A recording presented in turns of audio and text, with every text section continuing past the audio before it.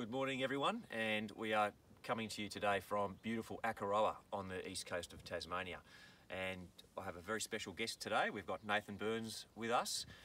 Nathan is someone I met about a year ago when I was doing my remote area and wilderness first aid course over in Perth. And Nathan ran that particular program for a company called Survive First Aid. For a start, I'd like to welcome Nathan, and thanks for joining us today for this short little video. Nice to be here. I just wanted to introduce you to our audience and talk a bit about you and your background, given the fact that you've now formed a professional relationship with Kokoda Crossing to help provide medical services on our treks. We're one of a few companies that provide doctors and paramedics for our treks, for the safety of not just our trekkers but also for our porters as well. So Nathan, could you give us a bit of an insight into your professional background and what you're doing at the moment? Qualified paramedic. I've been doing that since about 2009, and I currently work as a training manager for Survive First Aid, so teaching wilderness first aid and wilderness medicine. Previous to that, I worked as a paramedic in Perth, mostly at the metro area and in the central station in East Perth there.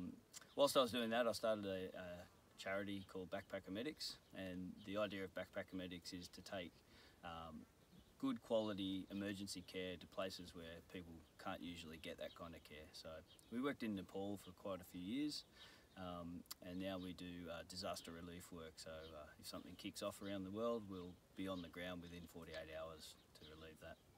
Also have a little side business with a good friend of mine called Austere Risk Management, and we provide risk management services to companies like Kokoda Crossing, helping them have safer adventures in the outdoors.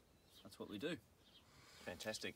And last year you trekked with me. Yep. In August. We had a group of 13 trekkers. And can you give your insight into what you think the benefits are of having a paramedic on an expedition such as Kokoda, given that you've worked around the world in various places? What were the benefits that you saw providing that service?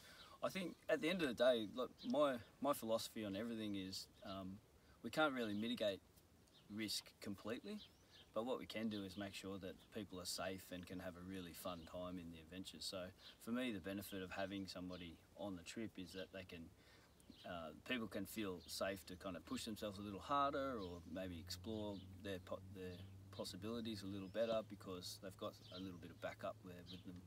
It also gives a little bit of support for the porters and the local villages and stuff, and I think that's a really cool thing.